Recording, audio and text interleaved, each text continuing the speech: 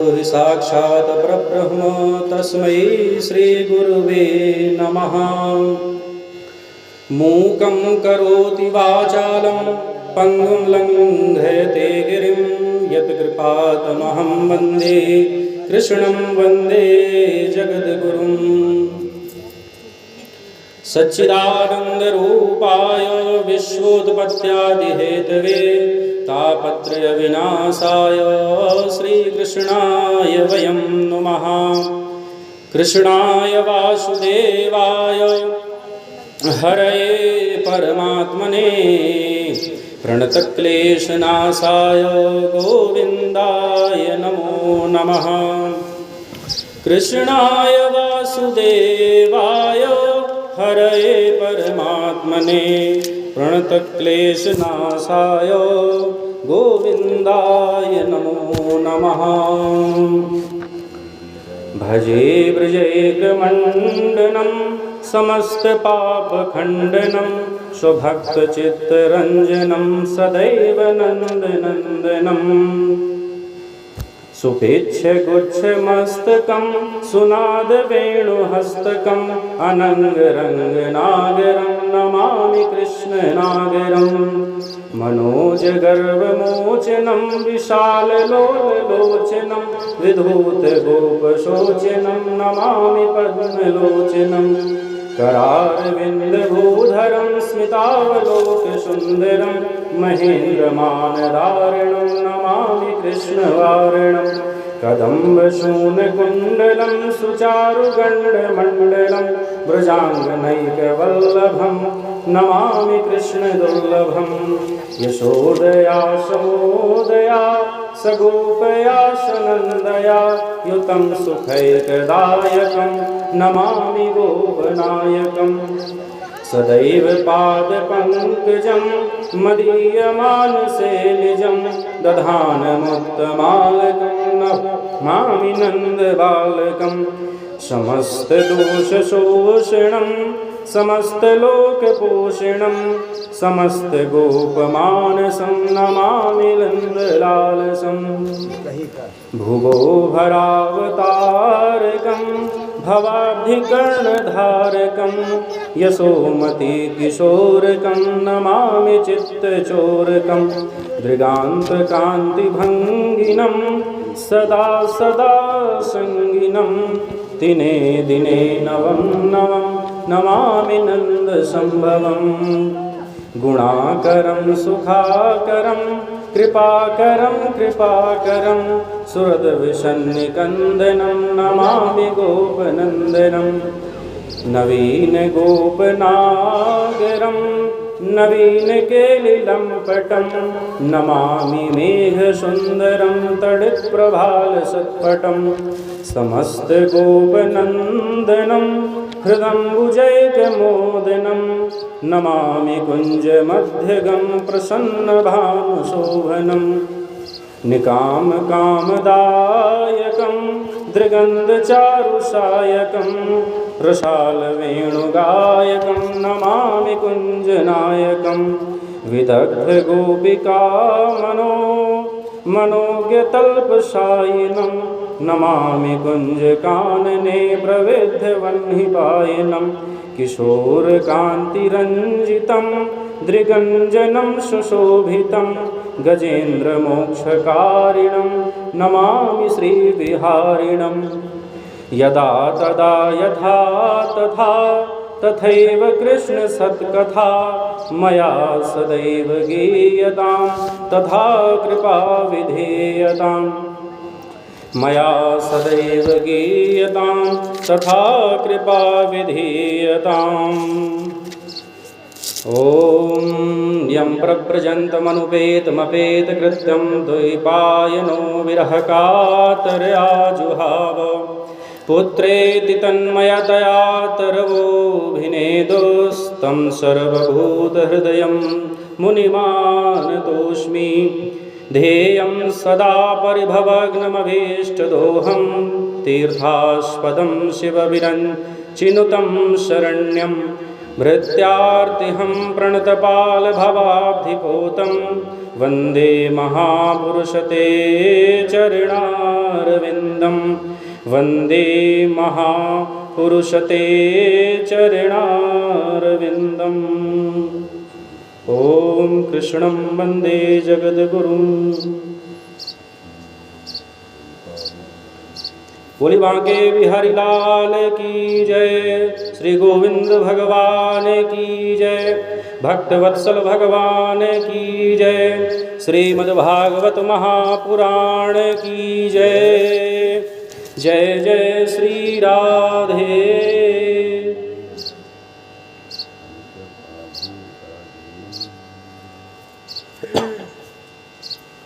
हरि ओम। परात्पर अखिलेश्वर अकारण करुणा वरुणालय भक्तवांछा कल्पतरु पीताम्बरधारी भगवान श्री कृष्ण की अहेतु की कृपा से श्रीमद् भागवत महापुराण की यह पावन कथा आप भी अपने निज ग्राम कोटा में चंडी माता के दिव्य और पवित्र प्रांगण में संपन्न हो रही है। आज यह कथा अपने द्वितीय दिवस में प्रवेश करने जा रही है।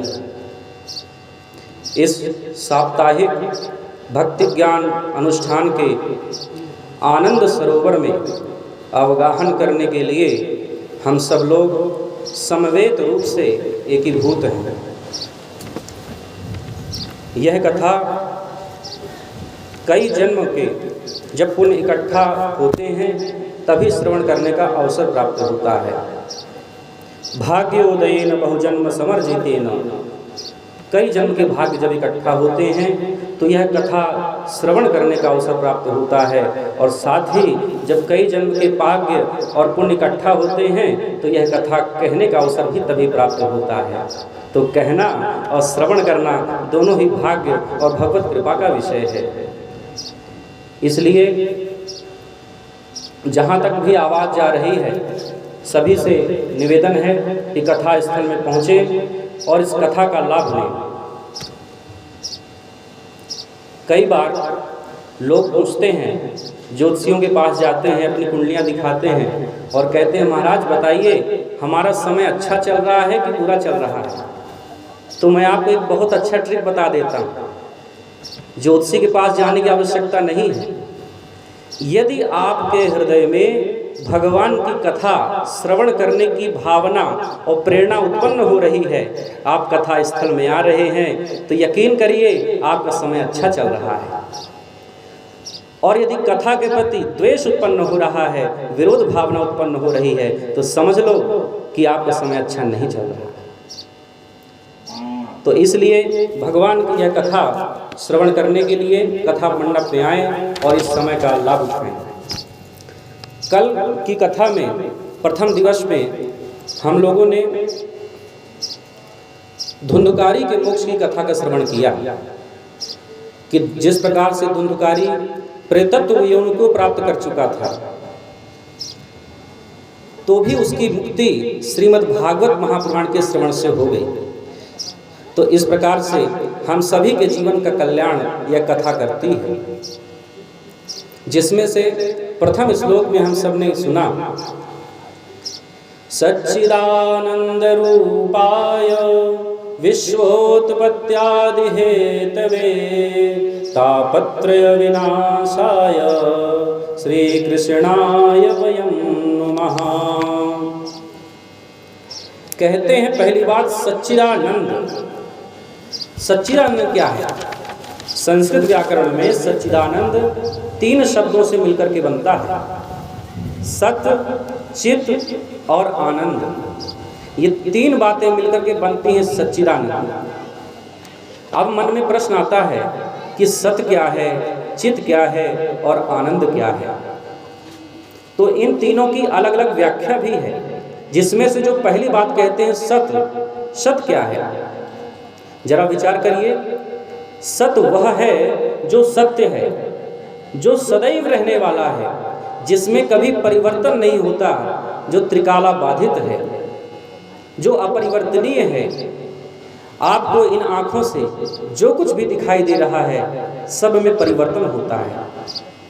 अपने शरीर में भी परिवर्तन होता है। जब हम आप 5 वर्ष की अवस्था के थे तो कुछ और थे, जब 15 के हुए तो कुछ और हुए, 25 में कुछ और हुए और आज कुछ और है।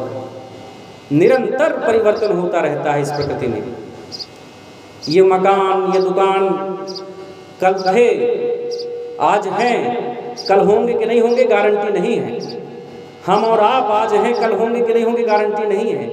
पर जिसकी गारंटी हो उसी को सत्य कहते हैं। और सत्य तो केवल एक है, वो है परमात्मा। परमात्मा ही हैं जो शाश्वत हैं, सदैव रहने वाले हैं, जिनमें परिवर्तन नहीं होता। और हम सब में परिवर्तन होता है, इसलिए हम सब सत्य नहीं हैं। तो ये विशेषता बताते हैं सत्य की। और एक बात और है, सत्येन धार्यते पृथ्वी सत्येन तप्ते रवि सत्येन वहति वायुश्च सर्वं सत्ये प्रतिष्ठितम। सत्य की सत्ता से ही ये पृथ्वी हम सबको धारण किए हुए है। सत्य की सत्ता से ही सूर्य तपता है और हमें प्रकाश देता है। सूर्य सत्य की सत्ता से ही ये वायु बहती है और सब कुछ सत्य की सत्ता में ही प्रतिष्ठित रहता है। जिस समय भगवान कृष्ण का प्राकट्य होता है तो देवता भी ऐसी स्तुति करते हैं, सत्यव्रतम सत्य परम त्रिसत्यम सत्यस्य योनिम निहितम च सत्ये सत्यस्य सत्यम मृत सत्य नेत्रम सत्यात्मकम त्वाम शरणम प्रपन्नाः। माने सत्य स्वरूप ब्रह्म को प्रणाम करते हैं। तो एक बात अब ये समझ में आ गई, सच्चिदानंद हम आपको बता रहे थे। सच्चिदानंद 3 शब्दों से मिलकर बनता है, सच्चित और आनंद, जिसमें से कि सत होता है सत्य। तो सत्य समझ में आ गया। अब अगली बात कहते हैं चित। चित क्या है? चित कहते हैं बंधुओं प्रकाश को। वह परमात्मा प्रकाश का स्रोत है, वो स्वयं प्रकाशवान है और संपूर्ण ब्रह्मांड को प्रकाशित भी करता है। ये चित की विशेषता हो गई। और तीसरी बात जो कहते हैं वो कहते हैं आनंद। परमात्मा हमारा आनंद स्वरूप है।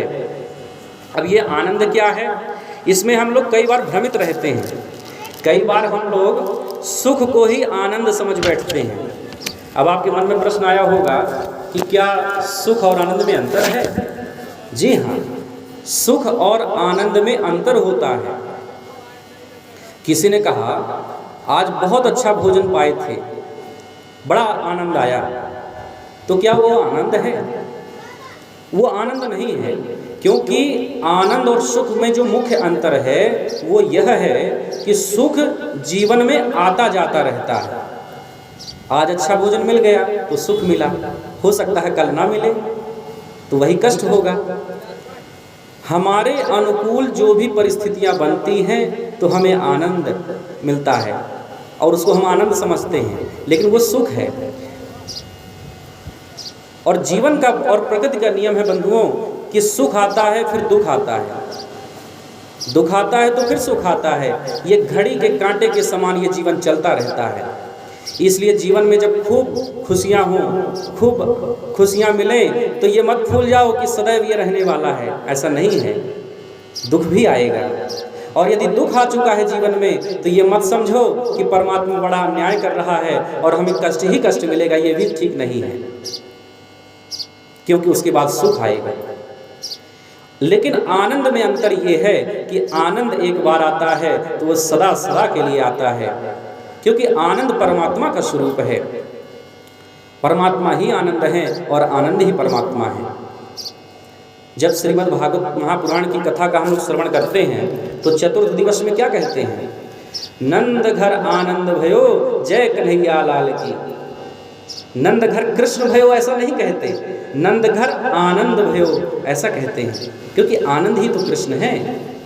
अवध घर आनंद भयो जय राजा रामचंद्र की, क्योंकि आनंद ही परमात्मा है, आनंद ही कृष्ण है। तो एक बात तो आपके समझ में आ गई होगी कि सुख छोटी चीज है जो ये संसार में हमें आती जाती रहती है, और आनंद तो परमात्मा का स्वरूप है जो एक बार आता है तो फिर जाता नहीं है।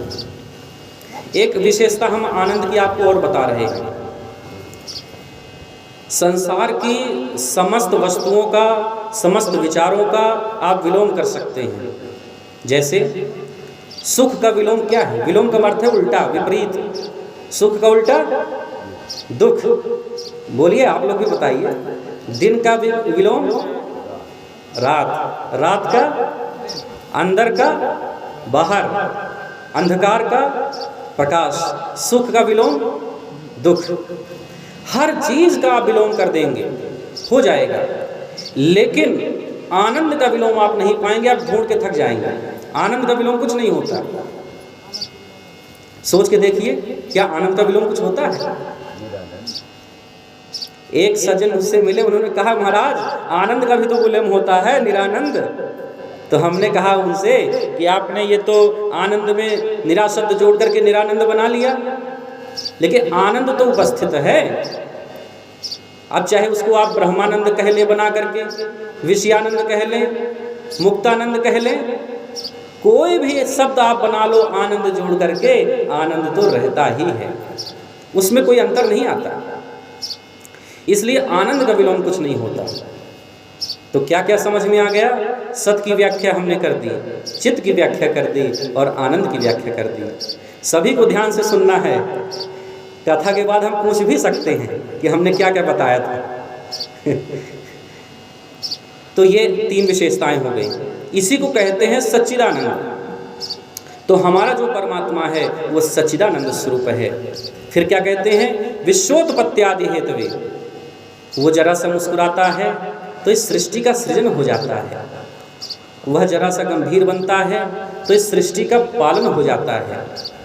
और जब हम लोग असत कार्य करते हैं, धर्म के विरुद्ध कार्य करते हैं और उसकी भ्रिकुट टेढ़ी होती है, तो फिर प्रलय भी आ जाया करती है। तो विश्व की उत्पत्ति, पालन और प्रलय का कारण वही सर्वेश्वर परमात्मा है। फिर तीसरी बात कहते हैं तापत्रय विनाशाय। तीन प्रकार के तापों का विनाश भी वही परमात्मा कर दिया करते हैं। अब मन में प्रश्न आया होगा, ये तीन प्रकार के ताप क्या हैं? दैहिक दैविक भौतिक तापा, राम राज का हो नहीं व्यापा। तीन प्रकार के ताप होते हैं। ताप का अर्थ होता है दंड। बंधुओं, हम लोग अपने जीवन में तीन प्रकार से पाप करते हैं, इसीलिए तीन प्रकार के ताप अर्थात दंड हमारे जीवन में आते हैं। तीन प्रकार के पाप हम लोग कैसे करते हैं? मनसा वाचा कर्मणा। हम लोग कभी कभी मन से पाप करते हैं, कभी कभी वाणी से करते हैं और कभी कभी तो कर्म से कर दिया करते हैं। आपके मन में प्रश्न आया होगा कि मन से हम पाप कैसे कर सकते हैं? भाई, हम किसी का कुछ बिगाड़ने तो जा नहीं रहे, किसी का हमने कुछ बुरा तो कहा नहीं है, हमने केवल मन में सोच लिया है, तो क्या वो भी पाप की श्रेणी में आएगा?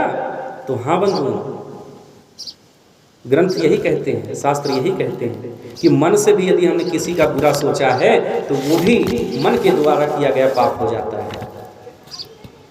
तो इसलिए मन से भी किसी का बुरा मत सोचो। किसी ने कहा कि हमारा पड़ोसी पहले तो बड़े अच्छे से बात करता था, बड़ी मित्रता रखता था हमसे, लेकिन जब से ये 4 पहिया गाड़ी ले लिया है तब से तो ढंग से बात नहीं कर रहा है।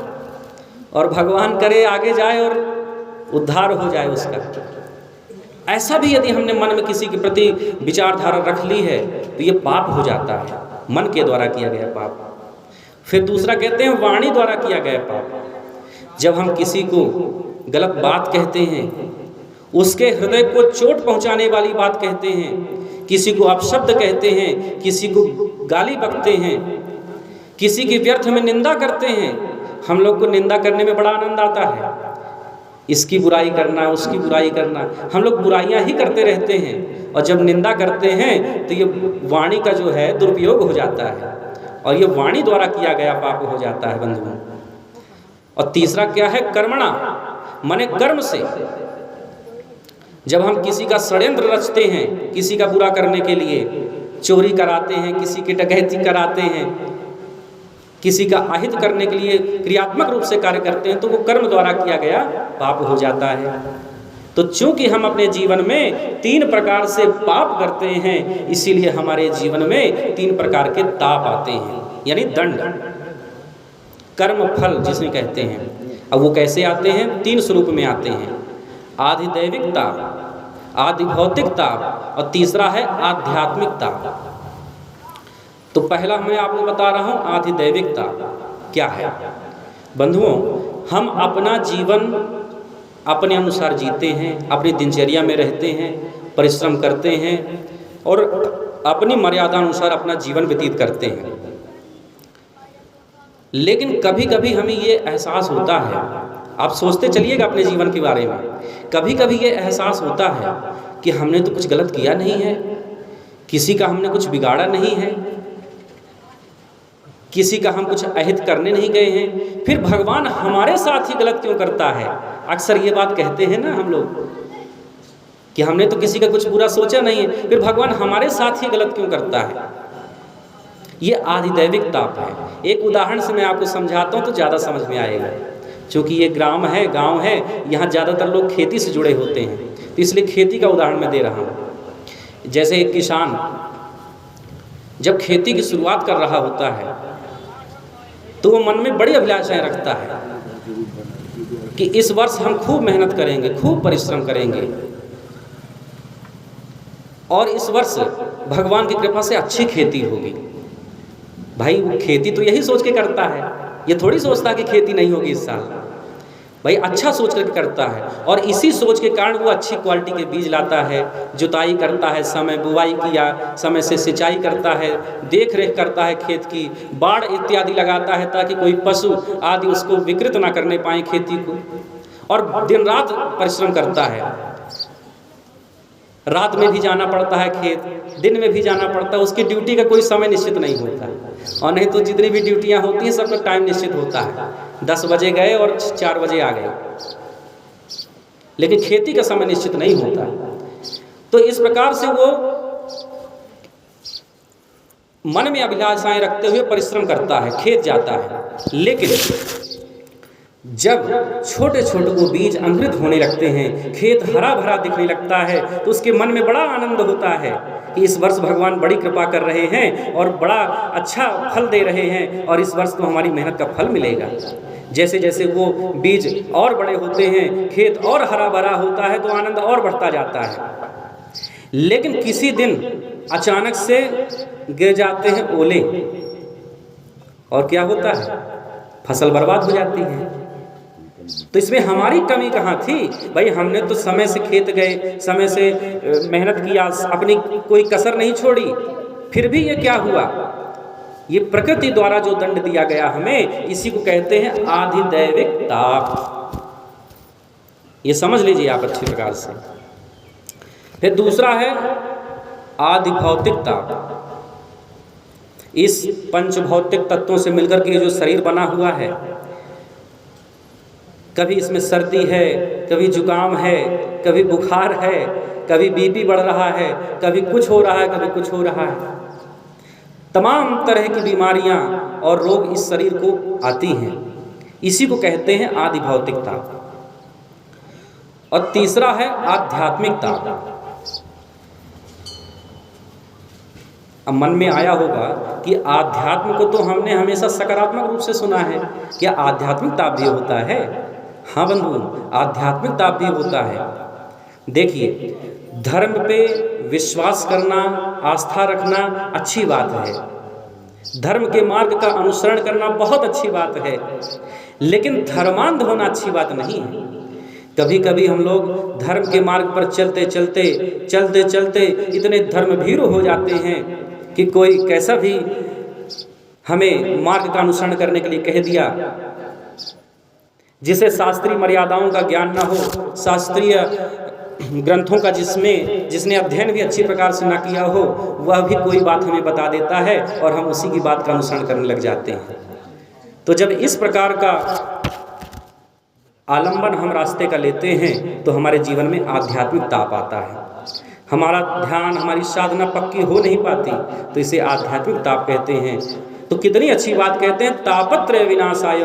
इस प्रकार के जो 3 प्रकार के ताप हैं, उनका विनाश भी वही परमात्मा कर दिया करते हैं।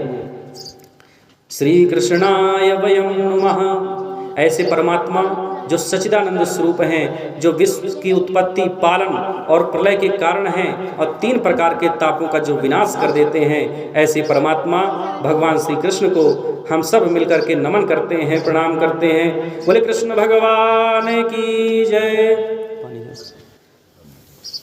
कहते हैं केवल मैं नहीं, केवल आप नहीं, श्री कृष्णाय वयम नमः, हम सब मिलकर के नमन करते हैं, प्रणाम करते हैं। तो ये तो सच्चिदानंद जो हमने आपको बताया, ये महात्मा के प्रथम श्लोक की कहानी थी। फिर उसके बाद अब आते हैं, चूंकि महात्मा की कथा का हम सभी ने श्रवण कर लिया था, अब आते हैं भगवान श्रीमद् भागवत महापुराण के प्रथम स्कंध में।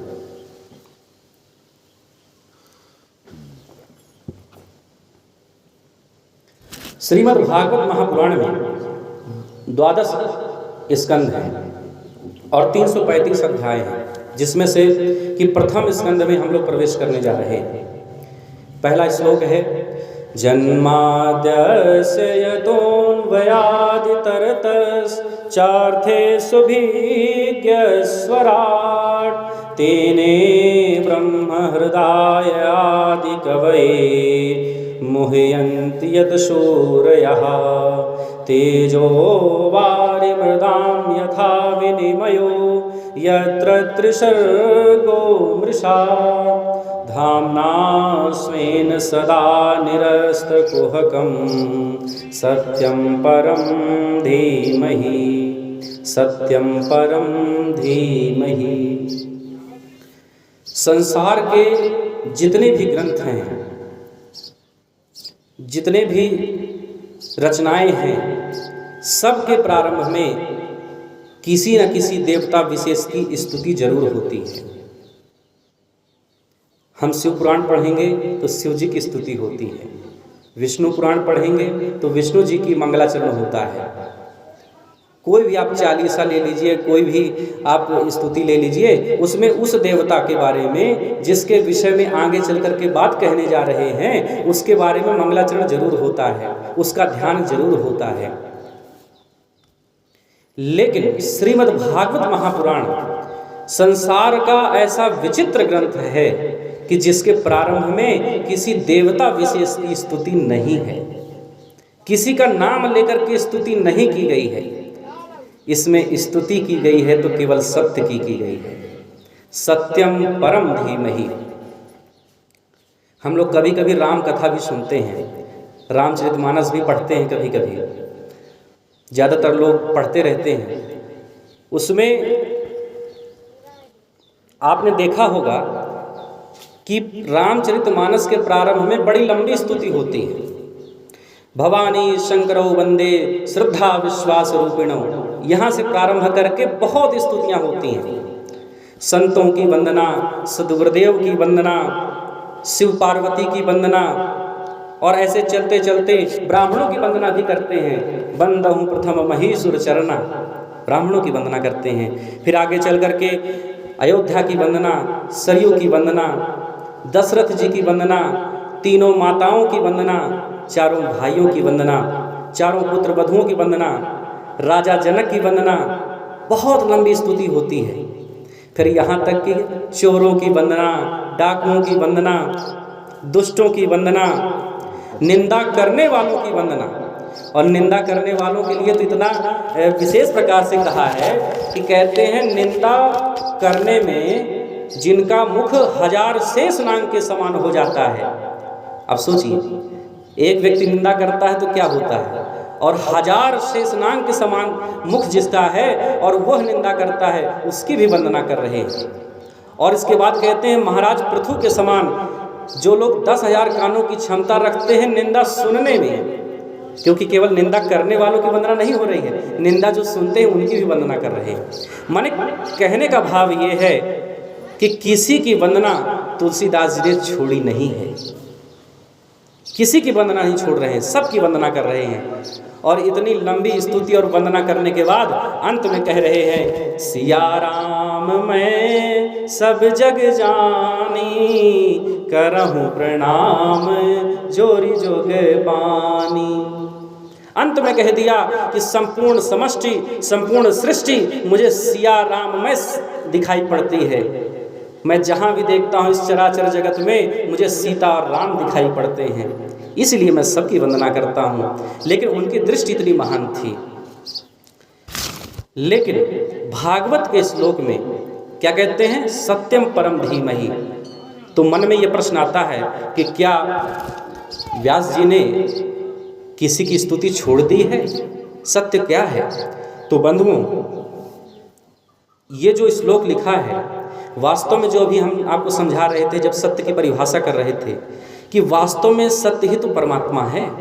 ये परब्रह्म जिसने इस सृष्टि को रचा है, जिससे संपूर्ण ब्रह्मांड का सृजन होता है, पालन होता है और अंत में लय हो जाता है, उसको प्रणाम करता हूँ। वेदव्यास जी कहते हैं कि मैं उस परब्रह्म परमात्मा को प्रणाम करता हूँ, लेकिन नाम नहीं ले रहे हैं कि भाई वो राम है कि कृष्ण है, उसका नाम नहीं लेते, केवल सत्य को प्रणाम कर रहे हैं। फिर कहते हैं आगे, तरतः चार्थेश विज्ञ स्वराट। स्वराट क्या है? स्वेनैव राजते इति स्वराट। जो अपने स्वरूप में प्रतिष्ठित रहता है उसी को स्वराट कहते हैं। ये उस परब्रह्म परमात्मा की वो विशेषता बता रहे हैं। फिर कहते हैं, तेने ब्रह्म हृदय आदि कविये मुह्यन्ति सूर्यः। जो हिरण्यगर्भ या ब्रह्मा नहीं है, माने वो कह रहे हैं कि जो मैं स्तुति कर रहा हूँ जिसकी, वो ब्रह्मा नहीं है। प्रत्युत ब्रह्मा को भी जिसने उत्पन्न किया है और वेदार्थ ज्ञान का पाठ पढ़ाया है। और कैसा वेदार्थ ज्ञान? तो कहते हैं मुह्यन्ति सूर्यः, जिसमें बड़े बड़े सूर्य लोग भी मोह को प्राप्त हो जाते हैं। यत् सूर्यः अपि मुह्यन्ति।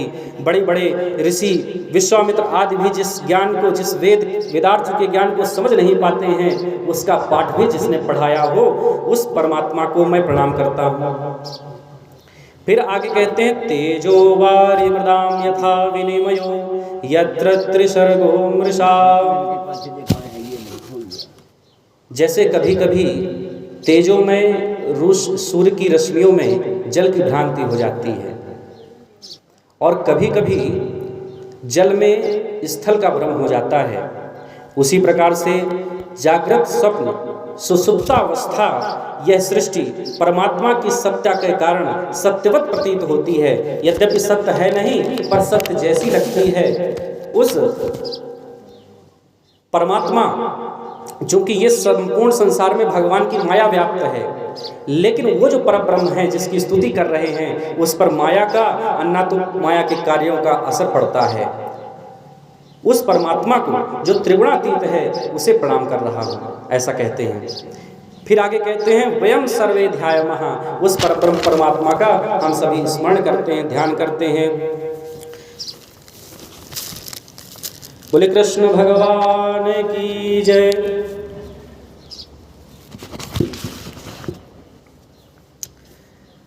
जब वेदव्यास जी ऐसा कह रहे थे तो किसी ने पूछा कि महाराज, आप कह रहे हैं सत्यम परम धीमहि, आपने परब्रह्म परमात्मा को प्रणाम किया, अच्छी बात है, लेकिन आपने किसी देवता की स्तुति क्यों नहीं की? तो बड़ा सुंदर उत्तर दे रहे हैं। कहते हैं कि यदि मैं किसी देवता की स्तुति करता हूँ, जैसे अगर मैं श्री राम की स्तुति करता हूँ, तो ऐसा लगेगा कि ये राम परक ग्रंथ है। कृष्ण की स्तुति करूँगा तो ऐसा लगेगा ये भगवान कृष्ण परक ग्रंथ है, ये उन्हीं के लिए लिखा गया है। तो जो कृष्ण के अनुयायी हैं वो तो बड़ा चाव से सुनेंगे, और अन्य को लगेगा कि ये हमारे भगवान का ग्रंथ नहीं है। तो कहीं चूँकि हम लोगों की जो मर्यादा है, जो हम लोगों की समझ है, वो उतनी परिपक्व नहीं है, तो कहीं हमारे ज्ञान में और कहीं हमारे समझने में कोई अंतर ना हो जाए और हम आपस में ही कहीं मनमुटाव ना कर लें, इसलिए किसी देवता विशेष की स्तुति नहीं की है। और यदि स्तुति करने जाएं तो क्या करेंगे? किसी को छोड़ तो सकते नहीं हैं। राम जी की स्तुति करेंगे, कृष्ण की स्तुति करेंगे, शंकर जी की करेंगे, किसकी करेंगे? और जब कुछ की कर देंगे तो जो बाकी देवता हैं उनका क्या होगा? हनुमान जी कहेंगे थोड़ी हमारी भी होनी चाहिए, भैरव जी कहेंगे थोड़ी हमारी भी होनी चाहिए, ब्रह्मा जी कहेंगे थोड़ी हमारी भी होनी चाहिए, चंडी माता कहेंगे थोड़ी हमारी भी तो होनी चाहिए।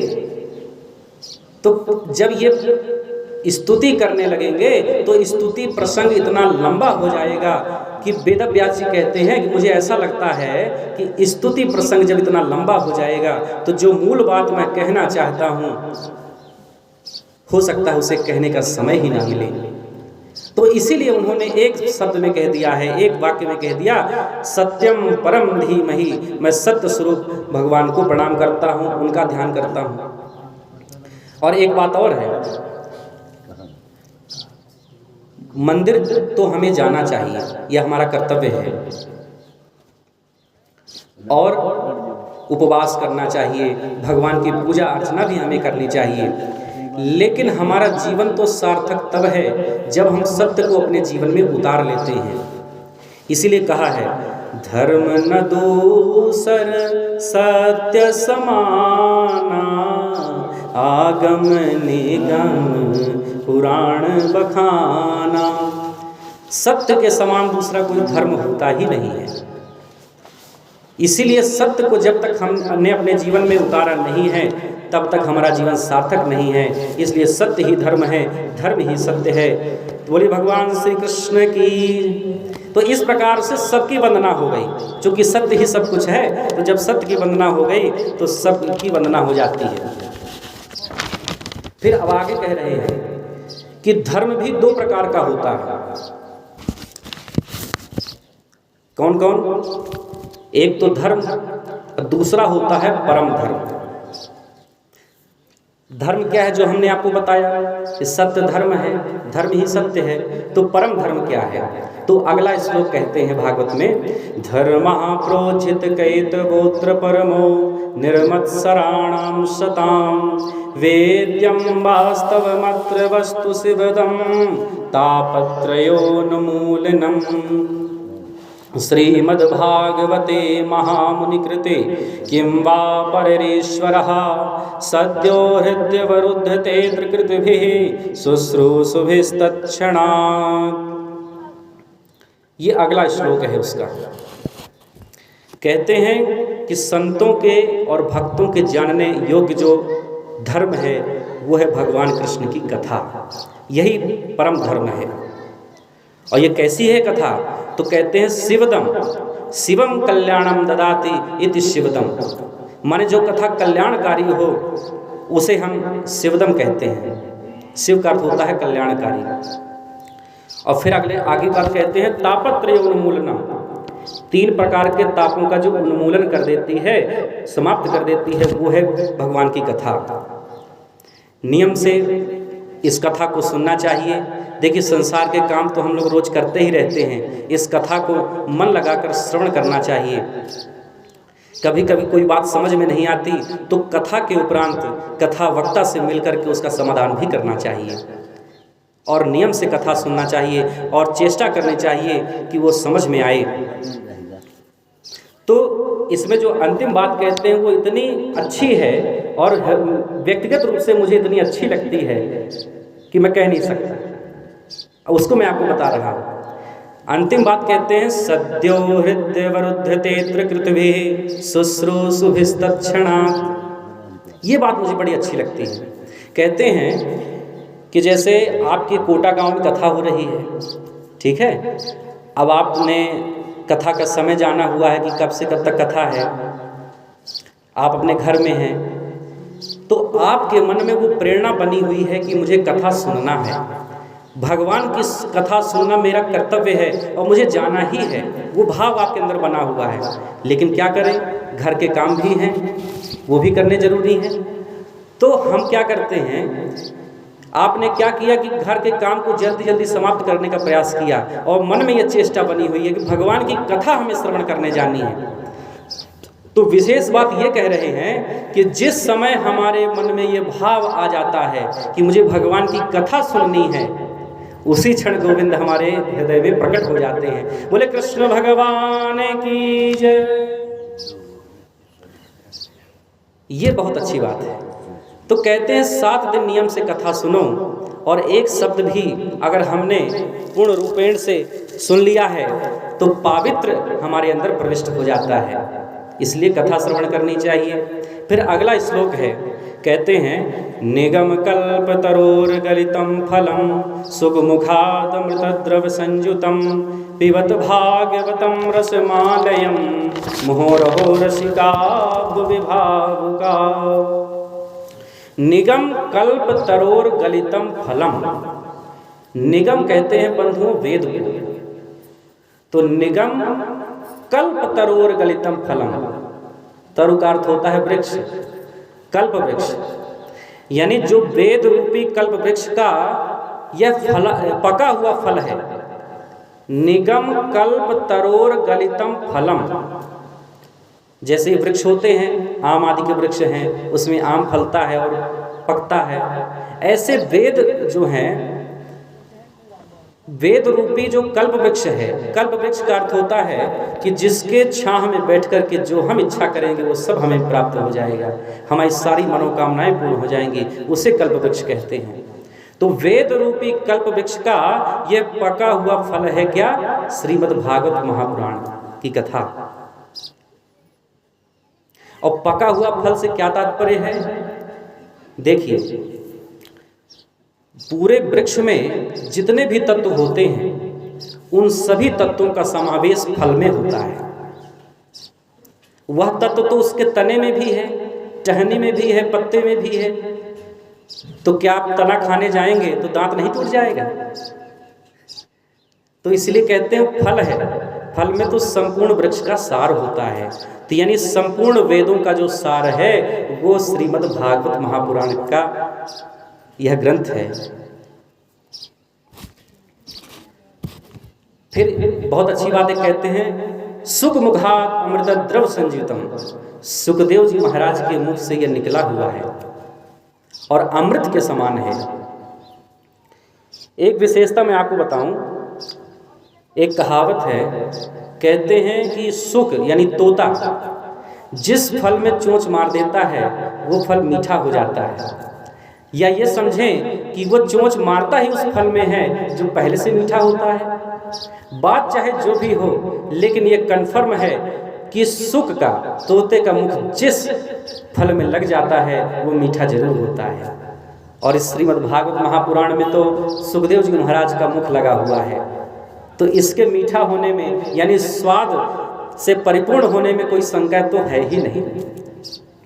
तो ये कह रहे हैं। फिर कहते हैं, अगली बात कहते हैं, पिबत भागवतम रसमालयम मुहुरहो रसिका भुवि भागवता।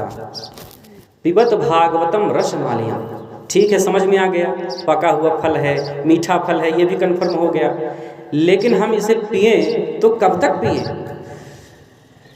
अरे कथाएं तो चलती रहती हैं, पता चलता ही रहता है, निमंत्रण कार्ड तो आते ही रहते हैं, फलानी जगह कथा हुई, यहाँ कथा हुई, और हमारी जानकारी में तो कोटा में भी बहुत कथाएं होती हैं। तो कब तक सुने ये कथा? तो कभी कभी मन में तो आता है, कहते हैं कि मुक्ति मिल जाती है, लेकिन हम कब तक सुने? एक बार सुन लिया, 2 बार सुन लिया, 4 बार सुन लिया, 10 बार सुन लिया, कब तक सुने ये कथा? तो उसका उत्तर देते हैं, तब तक सुनो जब तक मुक्ति ना मिल जाए। या फिर से ये समझिए कि जब तक ये शरीर है, ये जीवन है, तब तक इसको पियो, और जब मृत्यु हो जाए और अगला जन्म मिल जाए तो फिर से पियो।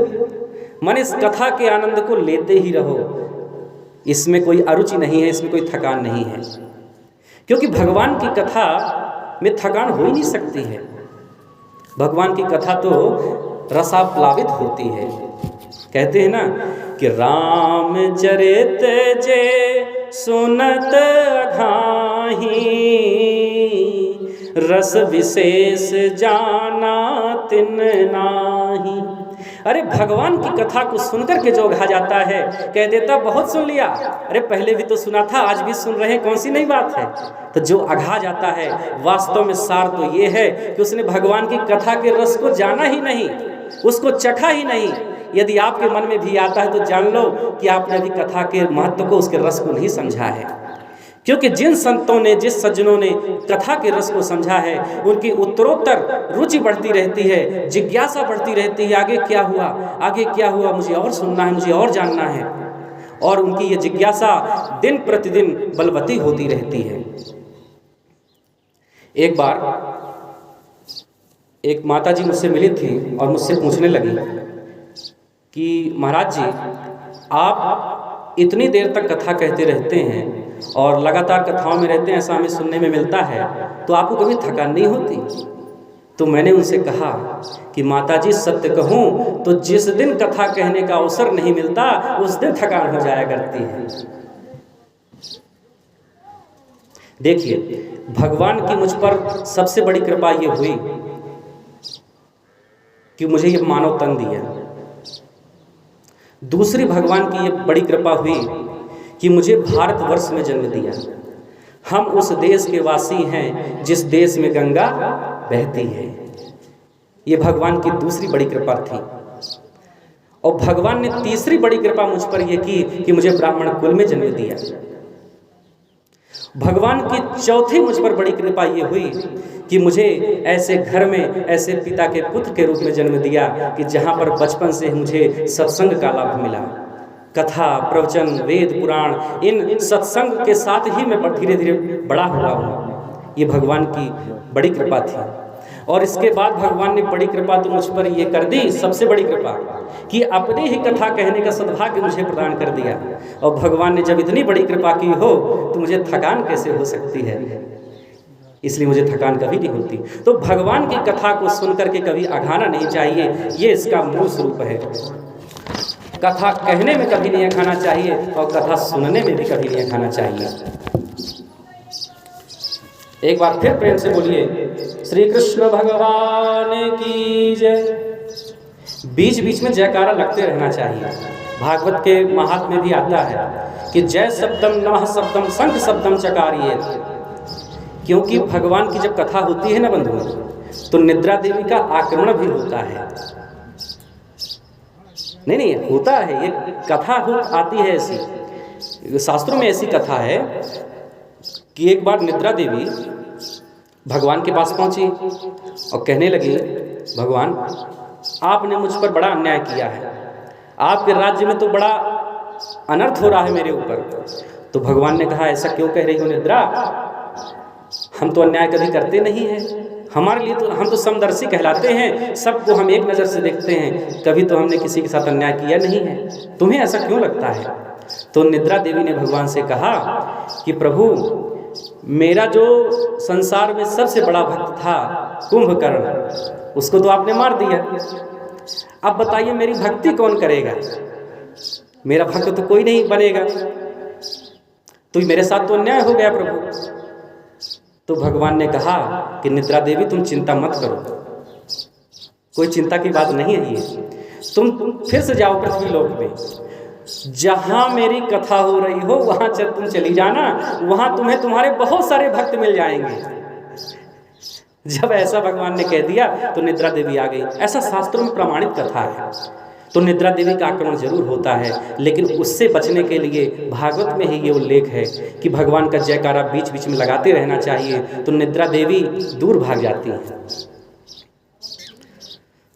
ओम हरि ओम तत्सत, हरि ओम तत्सत, हरि ओम तत्सत। आगे कहते हैं कि नैमिषारण्य का एक परम पावन क्षेत्र है, जहाँ पर शौनकादि ऋषि रहते हैं। शौनकादि ऋषि 88,000 की संख्या में हैं। बात को अच्छे से समझिएगा, जीवन में धारण करने लायक बहुत अच्छी सीख मिलेगी। नैमिषारण्य का परम पावन क्षेत्र है, जहाँ पर शौनकादि ऋषि रहते हैं। 88,000 की इनकी संख्या है। सभी ब्राह्मण हैं और ऐसी उनकी दिनचर्या है कि आपस में ही किसी को वक्ता बना लेते हैं और बाकी बैठ करके कथा सुनने लगते हैं। जब कथा पूर्ण होती है तो दूसरा वहाँ पर वक्ता बन जाता है और बाकी जितने बैठे हुए हैं वो श्रोता बन करके कथा का श्रवण करते हैं। और ये लगातार चलता रहता है, कथा से वो कभी अघाते नहीं हैं। और इस प्रकार से उन शौनकादि ऋषियों में किसी की आयु 10,000 वर्ष हो चुकी है, किसी की 50,000 वर्ष हो चुकी है, किसी की लाख वर्ष हो चुकी है, और कोई तो युगों युगों से वहाँ पर है। ऐसी उनकी विशेषता है। यानी कथा ही जिनका जीवन है, ऐसे हैं शौनकादि ऋषि। एक दिन उन सभी शौनकादि ऋषियों के मध्य में सूत जी महाराज का आगमन होता है। और सूत जी महाराज कौन है, बात समझिएगा। सूत जी महाराज ब्राह्मण नहीं हैं, बुजुर्ग भी नहीं हैं, युवा हैं। लेकिन जब सूत जी महाराज का आगमन होता है तो सारे जितने शौनकादि ऋषि थे, तपस्वी थे, सभी खड़े होकर उनका सम्मान करते हैं, उनका सत्कार करते हैं और अपने से ऊंचा आसन बैठने के लिए दे रहे हैं और सभी नीचे बैठ जाते हैं। ऐसा क्यों हुआ कि जो ब्राह्मण भी नहीं है, जो बुजुर्ग मने लंबी आयु का भी नहीं है, उसको इतने बड़े तपस्वी लोग जो सभी ब्राह्मण हैं, बड़े बुजुर्ग हैं, बड़े तपस्वी हैं, वो सब प्रणाम क्यों कर रहे हैं और अपने से ऊंचा आसन क्यों दे रहे हैं? ये विचार करने की बात है। क्यों? क्योंकि अपने शास्त्र कहते हैं कि धन वृद्धा बल वृद्धा आयु वृद्धास्तथैव च ते सर्वे ज्ञान वृद्धस्य किंकराः शिष्य किंकरः। कुछ लोग धन में बड़े होते हैं, कुछ लोग बल में बड़े होते हैं, कुछ आयु में बड़े होते हैं, लेकिन उन सबों में जो ज्ञान में श्रेष्ठ है, वास्तव में वही सबसे बड़ा होता है। और यहाँ सूत जी महाराज ज्ञान में अत्यंत श्रेष्ठ हैं और अग्रणी हैं। इसीलिए सब लोग बैठ करके मने उठ करके सभी उनका सम्मान करते हैं, स्वागत करते हैं, खड़े हो जाते हैं और अपने से ऊंचा आसन बैठने को दे रहे हैं। ये सीखने लायक बात है। इसलिए ज्ञान की कीमत हमेशा रही है। ना तो धन से कोई बड़ा होता, ना बल से होता, ना आयु से होता। वास्तव में जो ज्ञान में श्रेष्ठ होता है वही सबसे बड़ा कहलाता है। तो शौनकादि ऋषि सूत जी महाराज को ऊंचा आसन देते हैं और उनसे पूछते हैं, प्रश्न करते हैं कि महाराज, यदि आपकी अनुमति हो तो हम आपसे कुछ प्रश्न पूछना चाहते हैं। और एक दो नहीं, हम आपसे 6 प्रश्न पूछना चाहते हैं, हमारे मन में जिज्ञासा है। तो सूत जी महाराज ने कहा, ठीक है, पूछिए। तो शौनकादि ऋषि वास्तव में, ऋषि तो 88,000 की संख्या में थे, लेकिन जो शौनक ऋषि थे वो उन सभी के अगुआ थे, यानी अग्रणी थे, सबका प्रतिनिधित्व कर रहे थे, इसलिए उन्हें शौनकादि ऋषि कहते हैं। तो यानी प्रश्न वो सभी का था, लेकिन उनकी तरफ से शौनक ऋषि पूछ रहे हैं सूत जी महाराज से। क्या पूछते हैं? पहला प्रश्न क्या करते हैं, ध्यान से सुनिए। पुंसामेकांततः श्रेयः तन्नः संस्थितुमर्हसि। ये पहला प्रश्न है। इसका अर्थ है कि कलयुग में मनुष्य के कल्याण का मार्ग क्या है, इस कलिकाल में मुक्ति का मार्ग क्या है, हमें आपसे ये पूछना चाहते हैं प्रभु। ठीक है, एक प्रश्न हो गया। फिर दूसरा प्रश्न क्या पूछ रहे हैं?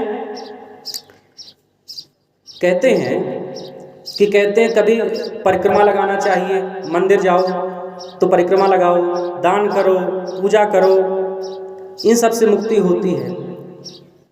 तो क्या इनसे मुक्ति होती है या मुक्ति का मार्ग कुछ और है? तो ये बात कहते हैं। और दूसरी बात जब कहते हैं तो ये कहते हैं कि जब हम लोग कभी कभी मंदिर जाते हैं तो अलग अलग मंदिर होते हैं। कभी राम जी का मंदिर है, कहीं कृष्ण जी का मंदिर है, कहीं चंडी माता जी का मंदिर है। और कभी कभी तो हम जाते हैं तो वहाँ पर मंदिर में बहुत सारी मूर्तियाँ रखी होती हैं। तो हम किस देवता की पूजा करें और किसको छोड़ दें, कौन ज़्यादा श्रेष्ठ है? ये दूसरे प्रश्न की बात चल रही है। बंधुओं, वैसे मैं आपको एक जानकारी दूं, नियम ये है कि मंदिर के गर्भगृह में एक से अधिक देवता की मूर्ति नहीं होनी चाहिए। क्यों नहीं होनी चाहिए? उसका भी कारण है। हमारी समझ उतनी परिपक्व नहीं है कि हम सब जगह व्याप्त परमात्मा के दर्शन कर सकें। तो बुद्धि में भेद हो जाएगा कि ये 4 मूर्तियां रखी हैं, इनमें से ये श्रेष्ठ है कि वो श्रेष्ठ है, ऐसा मन में भ्रम आ सकता है। इसीलिए गर्भगृह में मंदिर के एक ही देवता या देवी की मूर्ति होनी चाहिए। एक माता जी थी, मंदिर गई, बढ़िया लोटा में जल लिया और गई। और जब गई तो शिव जी का मंदिर था, तो शिव जी को जल चढ़ाया। अब वहाँ पर छोटे छोटे बड़ी कई मूर्तियाँ थी, तो आधा जल तो शिव जी में ही चढ़ गया, अब उनको ध्यान आया कि बगल में तो राम जी भी बैठे हैं, तो थोड़ा जल तो राम जी को भी चढ़ा दे। थोड़ा जल चढ़ा दिया राम जी ने। चिरौंजी दाना भी रखी थी तो थोड़ा थोड़ा भोग भी चढ़ा रही थी। फिर उसके बाद देखा तो हनुमान जी का मंदिर भी था, तो फिर जो जल बचा था तो वहाँ हनुमान जी के चरणों में भी अर्पित किया और थोड़ी चिरौंजी दाना चढ़ाए। फिर देखा तो वो बटुक भैरव भी थे तो थोड़ा जल वहाँ चढ़ाया। अब इतने में ही समस्या खड़ी हो गई, जल भी समाप्त हो गया और चिरौंजी दाना भी समाप्त हो गया। और बाहर निकल के देखा तो दुर्गा माता का भी मंदिर था बगल में संतोषी मैया भी थी। अब मन में बड़ी टेंशन, अब वो मन में बार बार सोच रही हैं कि मुझसे हाय है, मुझसे बड़ा अपराध हो गया, बड़ी गलती हो गई, जरूर मैंने किसी जन्म में पाप किए होंगे तभी मेरे साथ ऐसा हुआ। अरे ये तो अपशकुन है, अरे मैं जल लेके गई, आधे भगवानों के ऊपर जल चढ़ाया, आधे में तो जल ही समाप्त हो गया, जरूर मुझसे कोई पाप हुआ है अथवा कुछ मेरे साथ गलत होने वाला है। तरह तरह के तमाम प्रश्न वो माता जी सोचती रही और परेशान होती रही। क्यों ऐसा हुआ? क्योंकि समझ इतनी परिपक्व नहीं है। अगर समझ परिपक्व होती तो ये समझ पाते कि सब भगवान तो एक ही हैं, अंतर तो कुछ है नहीं। लेकिन चूंकि हम सभी साधना की उस सर्वोच्चतम स्थिति में पहुंचे नहीं हैं, तो इसलिए हम में ये भेद हो सकता है। तो इसलिए हम पूछना चाहते हैं, शौनक ऋषि कहते हैं सूत जी से, इसलिए हम पूछना चाहते हैं कि हम किस देवता को पूज लें तो सबकी स्तुति हो जाए, सबकी पूजा हो जाए, और किसको हम छोड़ दें, ये हमारे दूसरा प्रश्न है। इसका उत्तर आप हमें दे दीजिए। और तीसरा प्रश्न शौनक ऋषि क्या कर रहे हैं उसे सुनिए। कहते हैं यदि हम वेद को सर्वोच्च माने कि वेद हमारा सर्वोच्च ग्रंथ है, तो वेद में तो परब्रह्म परमात्मा को अजन्मा कहा गया है। अजन्मा वह है जो कभी जन्म नहीं लेता, तो फिर वो दशरथ का पुत्र राम बन करके क्यों आता है? फिर वो देवकी वसुदेव के पुत्र के रूप में कृष्ण बनकर क्यों जन्म लेता है अगर वो अजन्मा है? वसुदेवस्य देवक्याम जातो यस्य चिकीर्षया। ये हमें समझ में नहीं आ रहा है। तो ये हमारा तीसरा प्रश्न है। आप तीसरे प्रश्न का उत्तर दे दीजिए। और चौथा प्रश्न करते हैं कि प्रभु चलिए हम ये मान लेते हैं, कई लोग विद्वान लोग कहने लगते हैं कि भगवान का जन्म नहीं होता, भगवान का अवतार होता है। तो चलिए हम मान लेते हैं कि अवतार होता है, तो कितने अवतार? कभी कभी तो सुनने को मिलता है कि 10 अवतार हैं, कोई कोई कहता है 20 अवतार हैं, और कहीं कहीं तो सुनने को मिलता है 24 अवतार हैं। तो हम कितने अवतार माने? और संत लोग तो कह देते हैं हरि अनंत, हरि कथा अनंत, हरि अनंत है, उनकी कथा भी अनंत है। तो हम ये माने क्या कि भगवान के कितने अवतार हैं और भगवान हैं कितने? बंधुओं, कलयुग में तो वैसे शास्त्र तो नियम बताते हैं 10 अवतार की भी प्रमाण मिलता है और 24 अवतारों का भी प्रमाण मिलता है। लेकिन कलयुग में तो ऐसी विशेषता आ चुकी है कि कई लोग तो जबरदस्ती भगवान बन जाते हैं, स्वयं को भगवान की उद्घोषणा कर देते हैं। अभी बीते कुछ समय में आप लोगों ने भी सुने होंगे, तरह तरह की न्यूज आती रहती हैं। हर कोई होड़ लगी हुई है, भगवान बनना चाहते हैं। कई जगह तो सुनने को मिलता है कि भगवान सिरे आ रहे हैं तो हम क्या माने? लेकिन जरा विचार करिए कि हमने भगवान को इतना सस्ता कर दिया है कि जिसको देखो वही भगवान बन रहा है, वही भगवान सिरे आ रहे हैं। तो हम क्या माने कि भगवान हैं कितने? सोचिए, हमारे ऋषियों की दृष्टि कितनी महान थी। वो प्रमाण की बात करते हैं, वो जानते थे कि कलयुग में पाखंड होगा, कलयुग के पाखंड से लुप्त हो सदग्रंथ, दम्भिन निज मति कल्पकृत प्रकट दीन बहुपंथ। वो जानते थे पाखंड होगा, तो वो इसलिए प्रमाण की बात करते हैं कि गुरुजी आप हमें प्रामाणिक रूप से बताना कि भगवान के अवतार हैं कितने। तस्मात् शास्त्रम प्रमाणम ते, जो प्रामाणिक हो। ये चौथा प्रश्न कर दिया। और पांचवा प्रश्न कह रहे हैं कि गुरुजी आप सार बताना, जो सारांश हो। कलयुग में लोगों के पास समय की कमी होगी, बहुत से लोग तो केवल व्यवहार चुकाने के लिए जाएंगे, तो जब समय की कमी होगी तो वो कथा तो पूरी सुन नहीं पाएंगे। इसलिए आप सार मुझे बताना जिससे जगत का कल्याण हो। अतः साधोत्र यत् सारम समुद्धृत मनीषया। फिर इसके बाद छठवां प्रश्न कर रहे हैं ब्रूहि योगेश्वरे कृष्णे ब्रह्मण्ये धर्मवर्मणि स्वां काष्ठां मधुनोपेते धर्मः कं शरणं गतः। छठवां प्रश्न प्रभु हमारा आपसे ये है कि भगवान श्री कृष्ण जब इस धराधाम को छोड़ करके चले गए तो धर्म किसकी शरण में गया? हम आपसे ये जानना चाहते हैं, आप हमें इन 6 प्रश्नों के उत्तर दीजिए। और वास्तव में बंधुओं यही मूल कथा है। शौनकादि ऋषि सूत जी से ये 6 प्रश्न करते हैं और सूत जी महाराज इन 6 प्रश्नों का उत्तर देना अब प्रारंभ कर रहे हैं। और वास्तव में इन्हीं प्रश्नों के उत्तर में ही भागवत कथा है। ये पहले दिन से लेकर के 7वें दिन तक जो कथा चलती है वो मूलतः इन 6 प्रश्नों के अंतर में ही है, उत्तर में ही है। अब चाहे उसमें कई सारे संवाद आते हैं, कपिल देवहूति संवाद, युधिष्ठिर नारद संवाद, विदुर मैत्रेय संवाद, नवयोगेश्वर संवाद, कृष्ण उद्धव संवाद, बहुत सारी चर्चाएं आती हैं, लेकिन वो सभी इन 6 प्रश्नों के मूल उत्तर में ही है। तो एक बार फिर प्रेम से बोलिए कृष्ण भगवान की। थोड़ा जोर से बोला करिए जय श्री कृष्ण। भगवान का जयकारा लगाने से कहते हैं सारे पाप उतर जाते हैं, इसलिए तेज से बोलना चाहिए जितना अपने पास ऊर्जा हो। किसी ने पूछा कि अगर ये पाप उतर जाते हैं तो जाते कहाँ हैं? तो बोले जो नहीं बोलता उसी के सिर में जाके बैठ जाते हैं। बोले कृष्ण भगवान की। अब ठीक है। हरि ओम। इसके बाद सूत जी महाराज अब प्रश्नों का उत्तर देने जा रहे हैं। तो सर्वप्रथम सबसे पहले सुखदेव जी की वंदना करते हैं। बोले सुखदेव जी महाराज की। ये जो सुखदेव जी महाराज है ना, इनकी बड़ी महत्ता है। कहते हैं गोलोक धाम में ये राधा रानी की गोद में खेलते थे और भगवान की कथा को जन जन में प्रेषित करने के लिए ये इस धराधाम में आए थे। सुखदेव जी भगवान के परम भक्त हैं।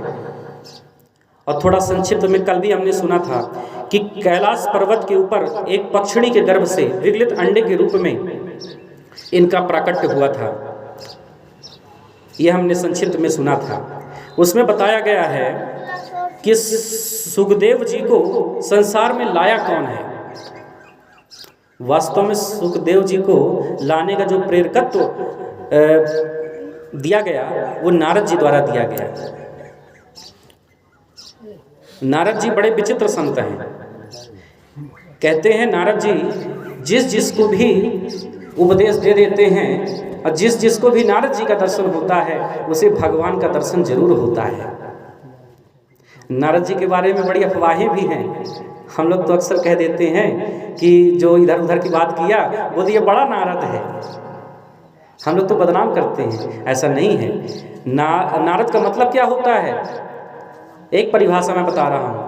नारम ज्ञानम ददात इति नारदः। जो ज्ञान देता है वही तो नारद है। आप जितने प्रसंग सुनेंगे, कथा सुनेंगे नारद जी के विषय में, उसमें सभी में नारद जी ने ज्ञान दिया है, सच्चा ज्ञान दिया है, वो नारद है। आप दूसरी विशेषता सुनिए। नारम अज्ञानम द्यति खंड्यत इति नारदः।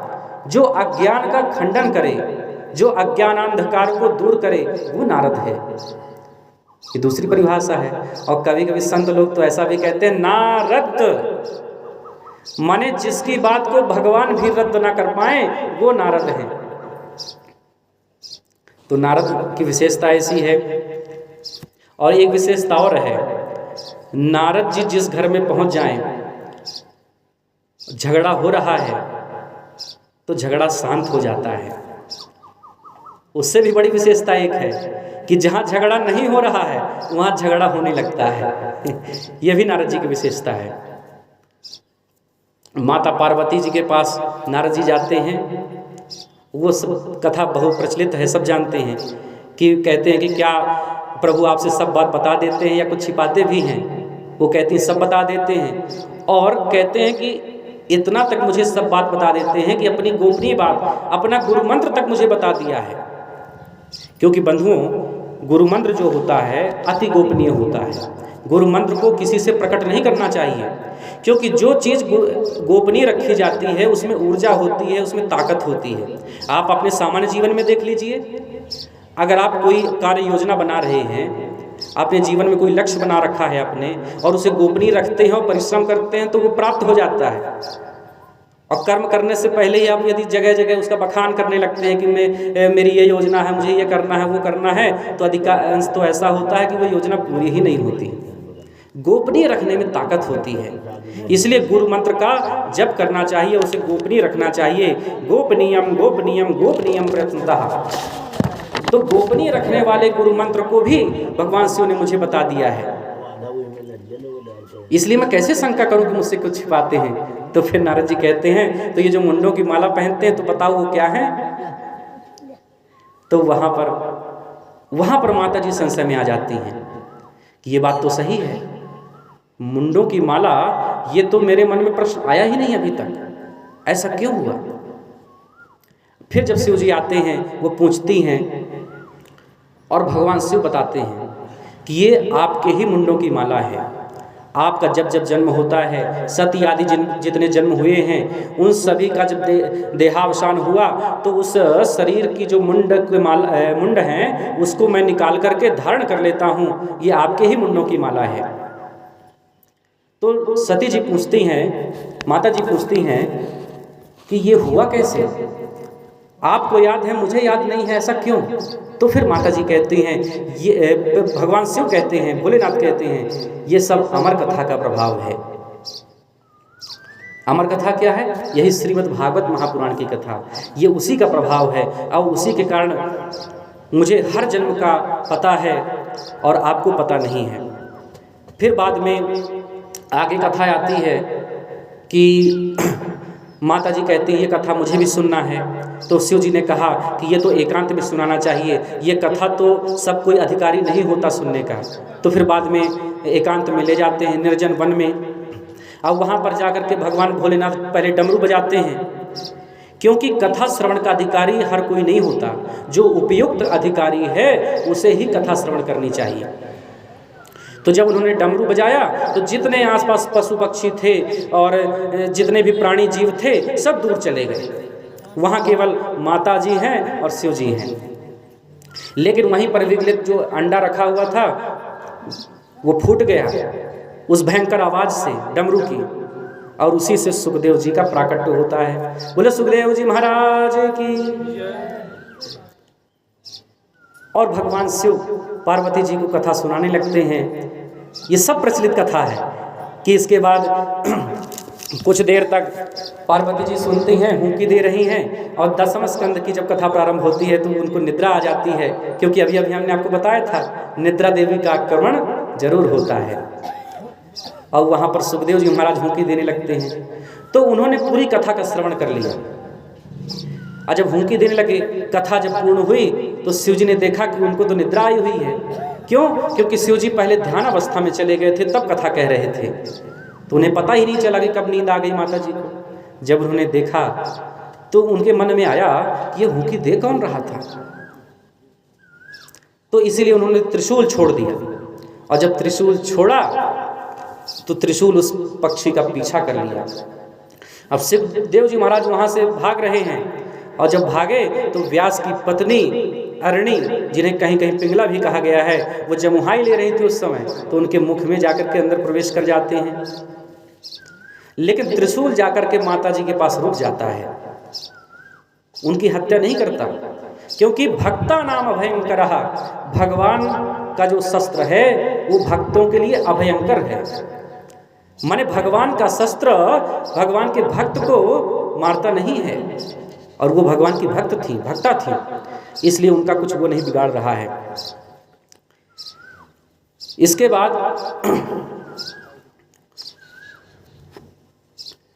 व्यास जी अपनी पत्नी के गर्भ में जो सुखदेव जी चले जाते हैं, उनसे प्रार्थना कर रहे हैं कि आप बाहर निकल आओ। प्रमाण मिलता है कि कहीं कहीं 12 वर्ष तो कहीं कहीं 16 वर्ष प्रमाण मिलता है कि वे पेट में रहे, गर्भ में रहे। तो प्रार्थना करते हैं कि अब चले आओ, माता को अत्यंत पीड़ा हो रही है। तो तो सुखदेव जी कहते नहीं नहीं, मैं बाहर नहीं आऊँगा, ये भगवान की जो माया है ये मुझे ग्रसित कर लेगी। मैं जानता हूँ, मैं अमर कथा सुन चुका हूँ, इसलिए मैं बाहर नहीं आऊँगा। वो कहते हैं कि आप निकल आओ, भगवान की माया हम खींच लेंगे, आप पर प्रभाव नहीं पड़ेगा। इस प्रकार से जब वो प्रार्थना करते हैं तब जाकर के वो बाहर आते हैं। तो ऐसी कथा चल रही है। एक बार फिर प्रेम से बोलिए कृष्ण भगवान की। ये पंखा का नहीं चल रहा, पंखा का नहीं चल रहा है।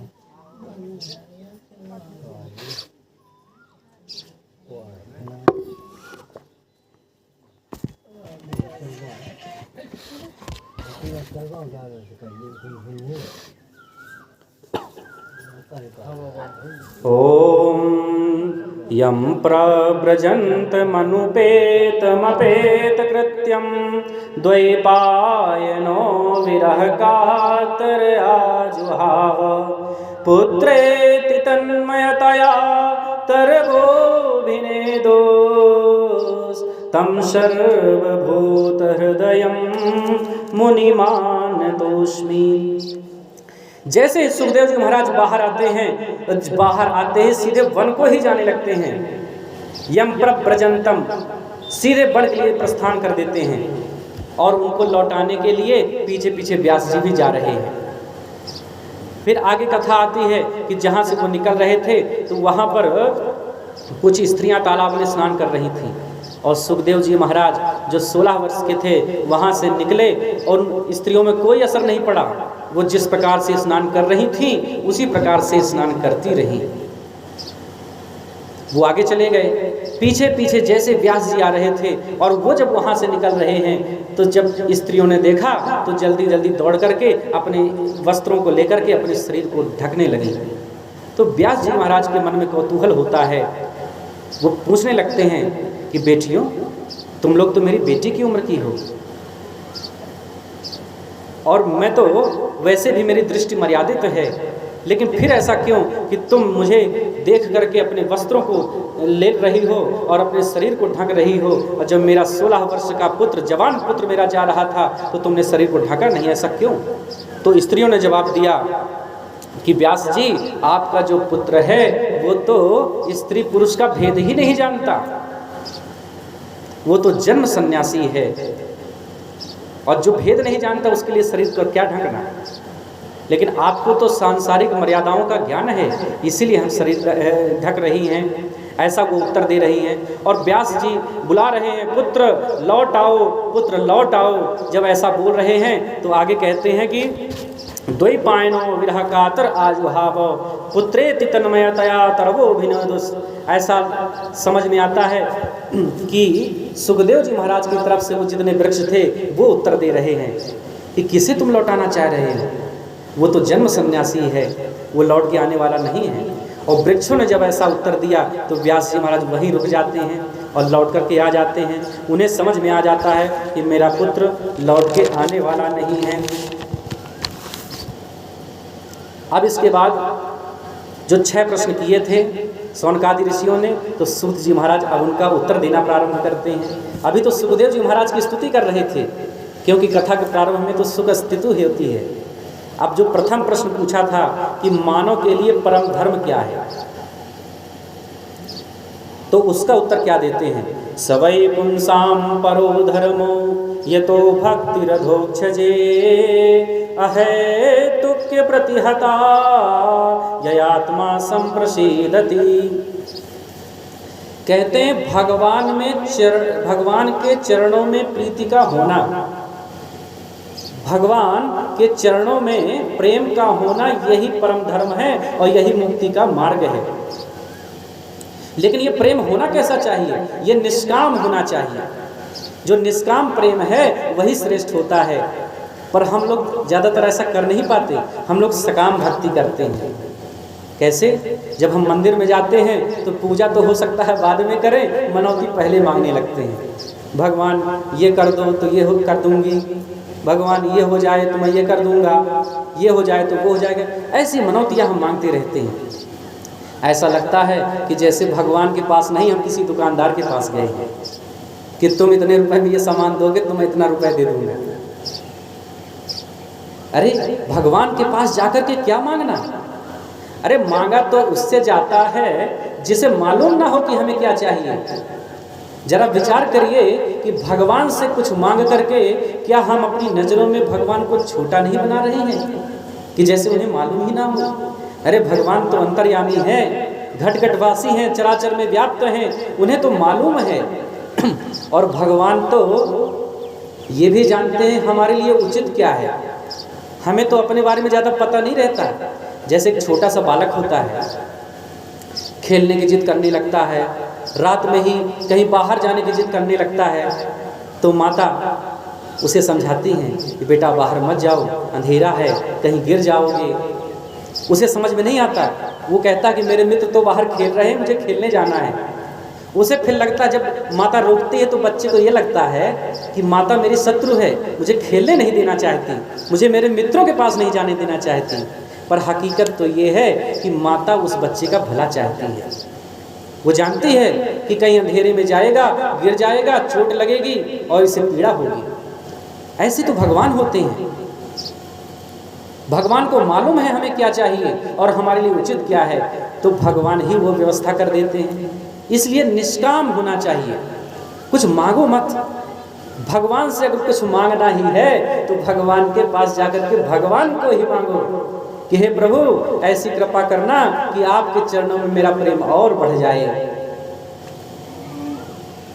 ऐसी भगवान से विनती करनी चाहिए। तो निष्काम प्रेम करना चाहिए।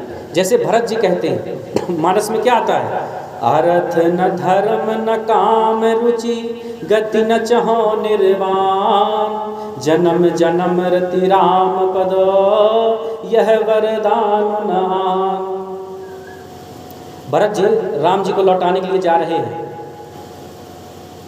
त्रिवेणी में गंगा जी प्रकट हो जाती हैं, प्रसन्न हो जाती हैं और कहती है मांगो। भरत मैं प्रसन्न हूँ, मांगो, क्या मांगते हो? तो यही कहते हैं, अर्थ न धर्म न काम रुचि गति न चहो निर्वाण। हे माता मुझे अर्थ नहीं चाहिए, ऐसा मुझे अर्थ नहीं चाहिए जो सारे अनर्थों की जड़ है। फिर दूसरी बात कहते हैं, अर्थ न धर्म, मुझे ऐसा लौकिक धर्म भी नहीं चाहिए कि जिस लौकिक धर्म के पालन में, प्रतिपालन में एक पुत्र राम अपने पिता से ये भी ना पूछ सके कि पिताजी मेरी गलती क्या थी, आप मुझे क्यों भेज रहे हैं वन में, मैंने क्या अपराध किया है। तो मुझे ऐसा लौकिक धर्म भी नहीं चाहिए। न काम रुचि, मुझे ये संसार की कामाशक्ति भी नहीं चाहिए। गति न चाहो निर्माण, मुझे तो मुक्ति और मोक्ष भी नहीं चाहिए। तो बोले क्या चाहिए? तो बोलते हैं जन्म जन्म रति राम पद यह वरदान नयान। यही आपसे प्रार्थना है माता कि जब जब मेरा जन्म हो तो मुझे भगवान के चरणों का ही आश्रय प्राप्त हो, यही चाहिए और कुछ नहीं चाहिए। तो इस प्रकार से हमारा भगवान में नित्य स्नेह हो, प्रेम हो, यही पहले प्रश्न का उत्तर है। फिर दूसरा जो प्रश्न उन्होंने पूछा था कि मंदिर में हम पूजा करने जाते हैं तो श्रेष्ठ देवता कौन है, किसको हम पूजें और किसको छोड़ दें? तो उसका उत्तर सूत जी कह रहे हैं, कहते हैं यथा तरोर मूल निषेचनेन तृप्यन्ति तस्कंध भुजोपशाखा। कहते हैं मूल को सींचना चाहिए। जैसे वृक्ष होता है तो यदि हम मूल को सींचेंगे तो पूरे वृक्ष में उसका असर होगा। आप जड़ को नहीं सींचेंगे, पत्तियों में पानी डालेंगे तो क्या वो वृक्ष हरा भरा रहेगा? नहीं रहेगा। मूल को सींचना चाहिए। कहते हैं किसी एक को इष्ट बना लो जिसमें आपकी श्रद्धा हो जाए, जिस देवी में, जिस देवता में आपकी श्रद्धा हो, विश्वास हो जाए, उन्हीं को इष्ट बना लेना चाहिए और उन्हीं की स्तुति करना चाहिए। सब भगवान एक ही हैं, उनमें कोई अंतर नहीं है, कोई छोटा बड़ा नहीं होता। सारे भगवान एक ही हैं, उनके सारे स्वरूप अलग अलग हैं। और जो स्वरूप भा जाए, जैसे मिठाइयाँ बनती तो दूध और शक्कर से ही है, अलग अलग तरह की मिठाइयाँ बनती हैं, पर किसी को काजू कतली पसंद है, किसी को केक मिल्क पसंद है, अलग अलग मिठाइयाँ होती हैं। ऐसे भगवान हैं, सब एक ही है सत्ता परब्रह्म की, उनके रूप अलग अलग हैं। जिसमें भक्ति हो जाए, श्रद्धा विश्वास हो जाए, उन्हीं को इष्ट बना लो और उन्हीं की भक्ति करने लग जाओ। लेकिन ध्यान ये रखना, निंदा किसी की मत करो,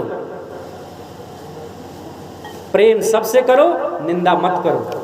एक बात मुझे और याद आ गई इस प्रसंग में, भगवान की भक्ति और इष्ट देवता के प्रति अपना भाव कैसे होना चाहिए। जैसे एक पतिव्रता स्त्री होती है, बात को समझिएगा, पतिव्रता स्त्री के लिए उसका पति ही सबसे बड़ा सर्वोच्च होता है। पति से बढ़ के उसके लिए कोई नहीं होता। पति में उसकी आस्था होती है, पति में उसकी निष्ठा होती है, लेकिन पति उसके लिए श्रेष्ठ है। इसका मतलब ये तो नहीं है कि देवर को डंडा मारे, जेठ को गाली सुनाए। पति को तो परमात्मा समझे, लेकिन सास ससुर को तो कुछ समझे ही नहीं, ऐसा तो नहीं है। ठीक है, पति तो श्रेष्ठ है ही और होता ही है। पतिव्रता स्त्री के लिए उसका पति ही सर्वोच्च होता है, लेकिन सम्मान सभी का करो, निंदा किसी की मत करो। ये यहाँ दूसरे प्रश्न का उत्तर दे रहे हैं कि जिसमें निष्ठा हो उसको मानो और अन्य का सम्मान करो, निंदा किसी की मत करो। और जो तीसरा प्रश्न उन्होंने कहा था, पूछा था शौनकादि ऋषियों ने कि यदि भगवान अजन्मा है, वेद में अजन्मा कहा गया है, तो वो राम बन के क्यों जन्म लेता है, वो दशरथ के यहाँ राम बन के क्यों जन्म लेता है, देव की वसुदेव के यहाँ कृष्ण बन करके जन्म क्यों लेता है। ये जो प्रश्न पूछा था, तो यहाँ पर तीसरे प्रश्न का उत्तर दे रहे हैं। कहते हैं भगवान तो अवतार लेते हैं, जन्म नहीं लेते। यदा यदा हि धर्मस्य ग्लानिर्भवति भारत अभ्युत्थानम् अधर्मस्य तदात्मानं सृजाम्यहम्। जब जब धर्म की हानि होती है, अधर्म बढ़ता है, तब तब भगवान इस धराधाम में आते हैं और उनका अवतार होता है, उनका प्राकट्य होता है। परित्राणाय साधूनां विनाशाय च दुष्कृतां धर्म संस्थापनार्थाय संभवामि युगे युगे। साधुओं की रक्षा के लिए, भक्तों संतों की रक्षा के लिए प्रभु यहाँ पर अवतार लेते हैं, दुष्टों का विनाश करने के लिए और धर्म की स्थापना के लिए भगवान हर युग में यहाँ पर आते हैं। लेकिन प्रामाणिक रूप से तो भगवान ने 24 अवतार लिए हैं, लेकिन वो घटघटवासी हैं और चराचर में व्याप्त हैं। तो 24 अवतार क्या हैं? जो उन्होंने पूछा था कि प्रामाणिक रूप से आप अवतार बताइए, तो 24 अवतार बताते हैं, जिनमें से प्रथम अवतार होता है प्रभु का सनक सनंदन सनातन और सनत कुमार के रूप में। दूसरा भगवान का अवतार है, ये सभी लोग सुनिए, सबको जानना चाहिए कि भगवान के कितने अवतार हुए। इतने ही अवतार हुए, इसके अलावा अवतार नहीं हुए हैं। दूसरा अवतार भगवान का होता है वाराह अवतार, जिसे यज्ञावतार भी कहते हैं। और दक्षिण भारत में यदि कभी आप लोग जाएं तो वहाँ के मंदिरों में वाराह भगवान की बड़ी विशेषता है। हम तो जब भी गए तो वहाँ देखा है हमने कि वहाँ मंदिरों में, ज़्यादातर मंदिरों में वाराह भगवान की मूर्ति जरूर होती है। तीसरा भगवान का अवतार होता है नारद का अवतार, जिसे आवेश अवतार कहते हैं। ये भगवान के मूल अवतार तो नहीं है, लेकिन भगवान का आवेश इन्हें आता है। चौथा है नर नारायण का अवतार। पांचवा कपिल देव जी, जो सांख्य शास्त्र के प्रणेता हैं। छठवां दत्तात्रेय जी, अनुसुईया जी के यहाँ जो पधारे हैं। भगवान का सातवां अवतार है यज्ञ अवतार, आकूत के यहाँ इन्होंने अवतार लिया है। आठवां अवतार है ऋषभ देव का अवतार। जैन धर्म के जो अनुयायी हैं, इनको अपना प्रथम तीर्थंकर मानते हैं। भगवान का 9वां अवतार है पृथु भगवान का अवतार। 10वां अवतार है मत्स्य अवतार। 11वां है कच्छप अवतार। इसके पहले जो हमने 10वां अवतार आपको बताया, मत्स्य अवतार, 10 अवतारों के प्रमाण में उनको प्रथम अवतार कहा गया है। 11वां है कच्छप अवतार। 12वां है धन्वंतरी। 13वां है मोहिनी। 14 नृसिंह। 15वां वामन अवतार। 16वां परशुराम अवतार। 17वां वेद व्यास का अवतार।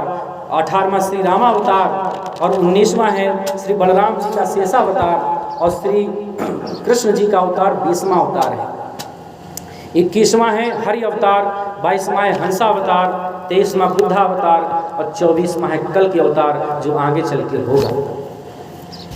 ये चांस कलाह पुंसः, एते चांस कलाह पुंसः कृष्णस्तु भगवान स्वयं, ऐसी भी विशेषता कहते हैं। और 24 अवतारों में तो कहा गया ये 24 अवतार हैं जो अपनी आपको बता दिया।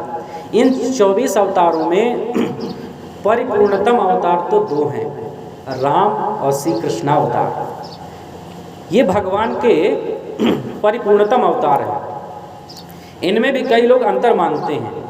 कोई कहते हैं राम जी श्रेष्ठ हैं, कोई कहते हैं कृष्ण जी श्रेष्ठ हैं, कोई कहते हैं कि कृष्ण जी तो 16 अवतार कलाओं से परिपूर्णतम ब्रह्मा हैं, और जो राम जी हैं वो तो 12 कलाओं से अवतार लिए थे, 4 कलाएं तो उनमें थी ही नहीं।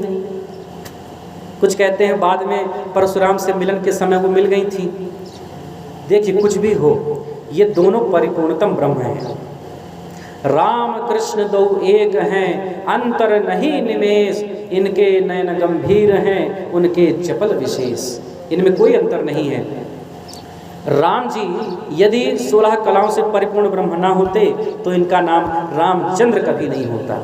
रामचंद्र नाम है, इसका अर्थ है कि वह 16 कलाओं से परिपूर्णतम ब्रह्म है। उपनिषदों में एक उपनिषद है कलिसंतरणोपनिषद।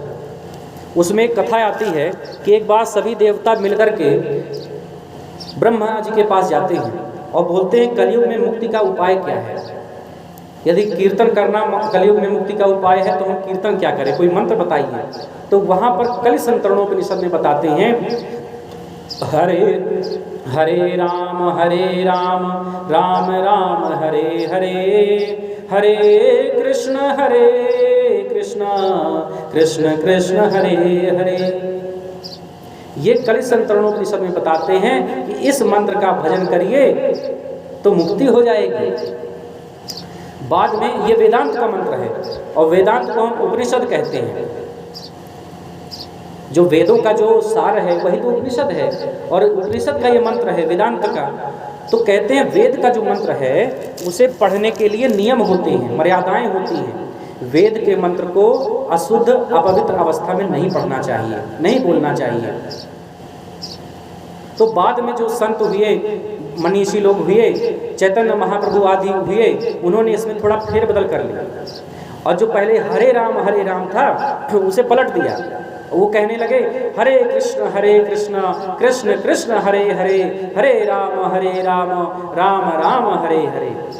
और ये बन गया नाम महामंत्र, और इसमें कोई मर्यादा नहीं है। इसे कभी भी हम कह सकते हैं, इसका कीर्तन कर सकते हैं। आइए 2 मिनट के लिए इस नाम महामंत्र का कीर्तन हम लोग भी कर लें। हरे कृष्ण कृष्ण कृष्ण हरे हरे, हरे राम राम राम हरे हरे। बोलिए हरे कृष्ण हरे राम राम राम हरे हरे। आवाज नहीं आ रही है आप लोगों की? हरे कृष्ण कृष्ण कृष्ण हरे हरे, हरे राम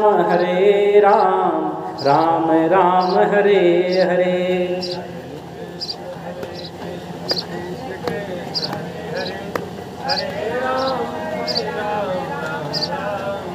हरे कृष्ण कृष्ण कृष्ण हरे हरे, हरे राम राम राम हरे हरे।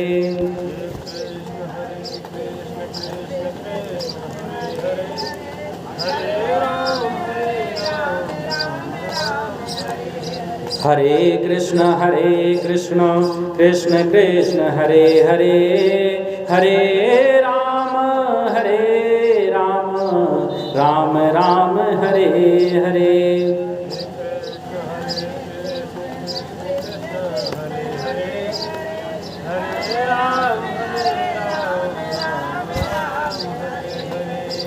इस मंत्र का कीर्तन प्रतिदिन अपने यहाँ किया करिए, अपने आदत में बनाइए।